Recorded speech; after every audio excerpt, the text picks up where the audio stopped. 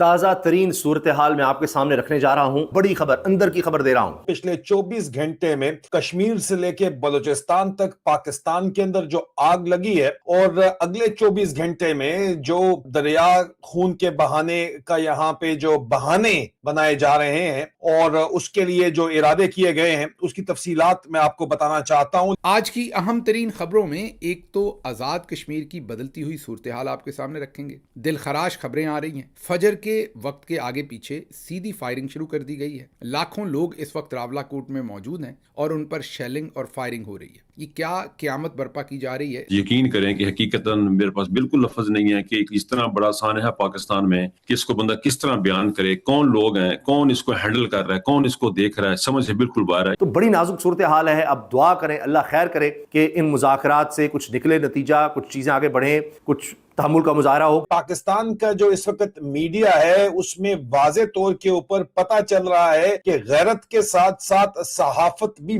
مر چکی ہے، جس طرح کے یہاں پہ امیجز ہمیں دیکھنے کے لیے مل رہے ہیں.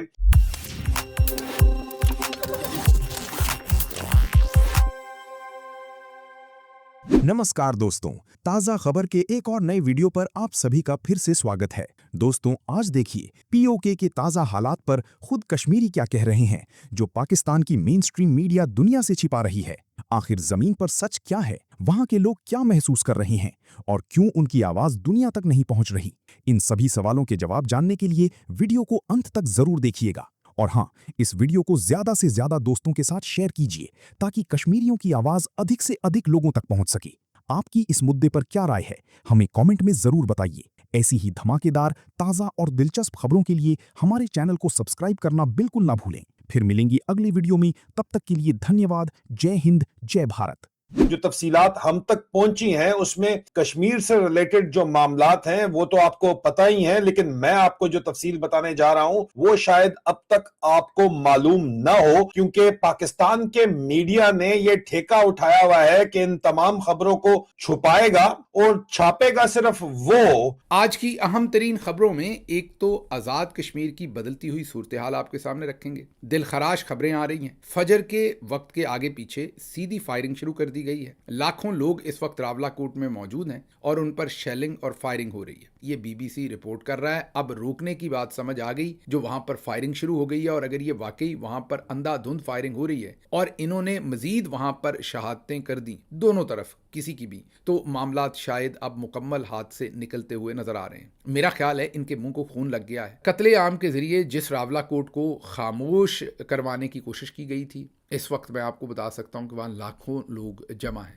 لیکن شاید ات خدا دا ویر ہوندا ہے. پنجابی میں کہتے ہیں ات خدا دا ویر ہوندا ہے. میرے خیال میں اب انہوں نے اپنے اس لیول کو ٹچ کر لیا ہے. آگے آپ کو ایک اور ویڈیو میں نے سنوانی ہے جو آپ سنیں گے تو حیران رہ جائیں گے کہ وہاں پر کیا ہو رہا ہے. بہرحال سرکاری ٹی وی نے دوسری طرف ایک طرف 2 لاکھ کے قریب لوگ پہنچے ہوئے ہیں. کمشنر خود کہتے ہیں کہ 40,000 کے قریب. بی بی سی کی رپورٹ ہم نے کل آپ کو دکھائی تھی کہ پورا کشمیر بند ہے، لیکن پی ٹی وی نے وہی منجن بیچا ہے جو ان کو کہا جاتا ہے. انہوں نے کہا کہ ہڑتال ناکام ہو چکی ہے، معاملات زندگی روٹین کے مطابق بہترین چل رہے ہیں. یہ پی ٹی وی نے منجن بیچا ہے.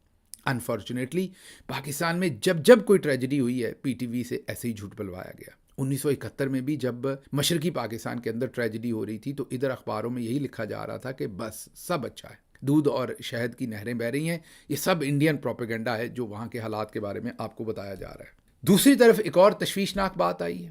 یہ جو میں آپ کو سنوانے لگا ہوں، یہ میں ان تمام باتوں کا ساتھ نہیں دیتا. ایک پاکستانی کے طور پر مشکل ہے میرے لیے ان باتوں کا ساتھ دینا، آپ مجھے جو بھی کہیں، لیکن میرے لیے مشکل ہے. لیکن میں یہ بھی سمجھتا ہوں کہ شاید یہ خود بھی ان ساری باتوں کو اس طریقے سے نہیں کرنا چاہتے، لیکن ان کو کتنی تکلیف دی گئی ہے کہ معاملات وہیں پر کشمیر میں پہنچا دیے گئے ہیں. میرے منہ میں خاک جیسے 1971 میں مشرقی پاکستان اور آج کے بنگلہ دیش میں پہنچائے گئے تھے. تقریر سنیے گا، اس کے اندر غصہ سنیے گا، اس کے اندر الفاظ سنیے گا، مطالبے سنیے گا، تنبیہ سنیے گا، اور پھر ہمارے ملٹری جنرلز کی عقل کو 21 توپوں کی سلامی دیجیے گا جنہوں نے یہ سب کچھ کشمیر کے اندر برپا کروایا ہے. اور پچھلے 1 سال کے اندر یہ سنیے. پاکستان کے جرنیل کوئی عالمی سامراجی جرنیل قوت، یہ اس کی خام خیالی ہو سکتی ہے کہ وہ اس حقیقت کو جھٹلا دے اور وہ اس حقیقت کو ختم کر دے. کوئی نہیں. اور سٹیٹس کو کہتے ہیں سٹیٹس کو خطرہ ہے، سٹیٹس کو خطرہ ہے. خطرہ کس سے ہے؟ ہندوستان تو اس طرف نہیں ہے. یہاں مظفر آباد میں سٹیٹس کو کس سے خطرہ ہے؟ کس سے خطرہ ہے؟ भला कौन है? ये पर्दा तो उठाओ, जरा सामने तो आओ, हमें दिखाओ ना, जरा ये मुखड़ा दिखाओ, हमें पता चले कि ये खतरा किससे है कौन जिससे खतरा है? बताए ना, पूरी हकीकत बताए ना, खतरा किससे है? हम पहले से कहते हैं इस्लामाबाद कश्मीरियों का दुश्मन है, कश्मीरियों ने पहले से कहा कि इस्लामाबाद हमारा दुश्मन है, और हम इसलिए नहीं कहते कि इस्लामाबाद हमारा दुश्मन है, किसी तासुब की बुनियाद पे नहीं, अपने तजर्बे की बुनियाद पे कहते हैं, अपने बहे हुए लहू की बुनियाद पे कहते हैं, झील डल के अंदर शामिल हमारे शहीदों के लहू की बुनियाद पे कहते हैं। हम जो है वो श्रीनगर की गलियों में बहने वाले अपने खून के बुनियाद पे ये बात कहते हैं कि हमें पता है हमारा सका कौन है और किस कौम से कितनी हमदर्दी है। हमें किसी की हमदर्दी नहीं चाहिए, हमें किसी की हमदर्दी बिल्कुल नहीं चाहिए। ये जंग अपने जोरे बाजू पे लड़नी पड़ेगी नौजवान दोस्तों साथियों, अपने जोरे बाजू पे लड़ेंगे। और अगर दुनिया की 200 से ज्यादा ममालिक आज़ाद होके, कौमियतें आज़ाद होके, बावकार होके, खुशहाल होके शनाख्त हासिल कर सकती हैं, तो फिर आओ वादा करते हैं कि कश्मीर के पहाड़ों के लोग अपना पासपोर्ट भी रखेंगे, अपना झंडा भी रखेंगे, अपनी असेंबली भी रखेंगे, अपना वतन भी रखेंगे और उस पर अपना राज भी रखेंगे इंशाअल्लाह ताला। यही ख्वाब है, यही ख्वाब है मकबूल भट्ट का, यही ख्वाब था हमारे शहीदों का, और यही हमारा ख्वाब है, यही हमारा क्या है, हमारा ख्वाब है। और इसी ख्वाब को लेके आगे बढ़ना पड़ेगा, इसी ख्वाब को क्या करेगा, लेके आगे बढ़ना पड़ेगा। अगर हमारा हक मलकियत नहीं दे सकते, हमारा हक हुक्मरानी नहीं दे सकते, तो हम बच्चे थे, हमने सुना था पाकिस्तान में एक एटम बम बना है जो हिंदुस्तान के मारने के लिए है, कश्मीरियों के तहफ़्फ़ुज़ के लिए है। नहीं काम आया, नहीं काम आया।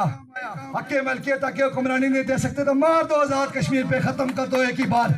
तुम्हारा भयानक चेहरा पूरी दुनिया देख ले, तुम्हारा बयान यहाँ कैंपों में जलील करते हो, यहाँ गलियों में मोहल्लों में जलील करते हो, यहाँ जो बेरोजगारी में जलील करते हो, यहाँ लाकानूनियत में जलील करते हो, तो लाओ एक एटम बम का गोला हम पे मार दो, बात खत्म हो जाएगी। वरना एक भी जिंदा रहेगा तो हक के मलकियत, हक की आज़ादी, हक के इख्तियार की लड़ाई को आगे बढ़ाएंगे इंशाअल्लाह ताला। सुन लिया आपने। मेरा ख्याल है इसके बाद मैं इसके ऊपर किसी किस्म का तबसरा ना ही करूं तो बेहतर है, क्योंकि गद्दारी और बगावत के तो पहले ही फतवे लगे हैं, फिर पता नहीं कौन सा फतवा लगेगा। लेकिन ये जो बातें वो कह रहे हैं, किसने उनको इस नहज तक ये बातें करने के लिए पहुंचाया? अभी भी वक्त है इनके जख्मों पर मरहम रखें, अभी भी वक्त है इन्हें सीने के साथ लगाएं, अभी भी वक्त है कि दोबारा माजी की गलतियां मत दोहराएं, इतनी दूर मत निकलें कि उनके अंदर जो जज्बाती लोग हैं वो बहुत ही दूर निकल जाएं। इसमें अल्फाज नहीं होंगे मेरे पास, यकीन करें कि हकीकतन मेरे पास बिल्कुल लफ्ज नहीं है कि इस तरह बड़ा सानहा है पाकिस्तान में कि इसको बंदा किस तरह बयान करे, कौन लोग हैं, कौन इसको हैंडल कर रहा है, कौन इसको देख रहा है, समझ से बिल्कुल बाहर है। ये वो कश्मीर है कि जिसको मैं बरतानिया में रहते हुए मैंने पहले भी कहीं अर्ज किया है कि जनाब ये हम इनके साथ जाया करते थे, ये सारे के सारे इंडियन एम्बेसी के पास जाके खड़े होते थे। यहाँ पे जितनी एमपीज हैं, यहाँ पे जो पाकिस्तानी समझे यदि पाकिस्तानी निजाद एमपीज आए हैं, वो सारे के सारे इंडियन एम्बेसी से खड़े थे। एक बहुत बड़ी लॉबी थी, एक बहुत बड़ी सपोर्ट थी पाकिस्तान की फौज को, पाकिस्तान की रियासत को, पाकिस्तान को। और उन लोगों को अब जाके पाकिस्तान की एम्बेसी के बाहर सामने खड़ा होना पड़ा।